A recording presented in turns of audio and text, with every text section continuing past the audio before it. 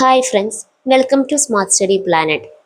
31/12/2025 Kerala PSC നടത്തിയ എക്സാമിൻ്റെ question പേപ്പറിൽ നിന്നും ചെറിയൊരു ക്ലാസ് കഴിഞ്ഞ ദിവസം നമ്മുടെ ചാനലിൽ അപ്ലോഡ് ചെയ്തതാണ്.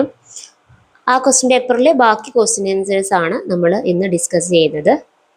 സോ നമുക്ക് ഒട്ടും സമയം കളയാതെ നേരെ ക്ലാസ്സിലോട്ട് പോകാം. ഇന്ത്യയുടെ ബഹിരാകാശ ദൗത്യങ്ങളെക്കുറിച്ചുള്ള ഇനി പറയുന്ന പ്രസ്താവനകളിൽ ഏതാണ് തെറ്റ്?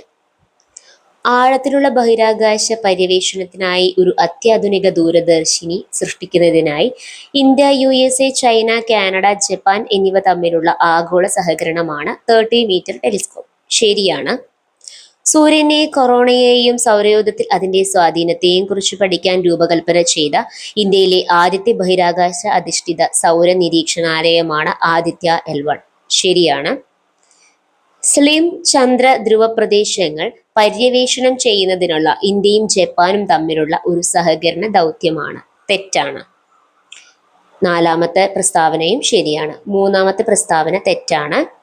സ്ലിം എന്നത് ജപ്പാൻ ബഹിരാകാശ ഏജൻസിയായ ജാക്സയുടെ മാത്രം ഒരു ദൗത്യമാണ്. ഇത് ഇന്ത്യയുമായി സഹകരണ ദൗത്യമല്ല. Engines of change, the rail roads that made India എന്ന പുസ്തകം എഴുതിയത് ആരാണ്?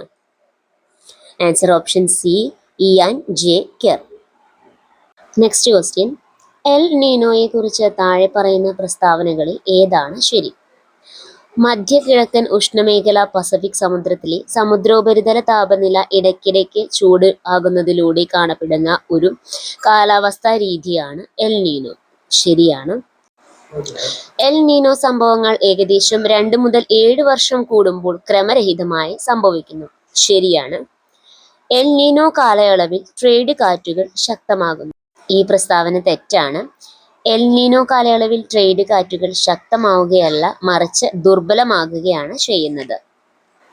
ആൻസർ ഓപ്ഷൻ എ 1ഉം 2ഉം മാത്രമാണ് ശരി.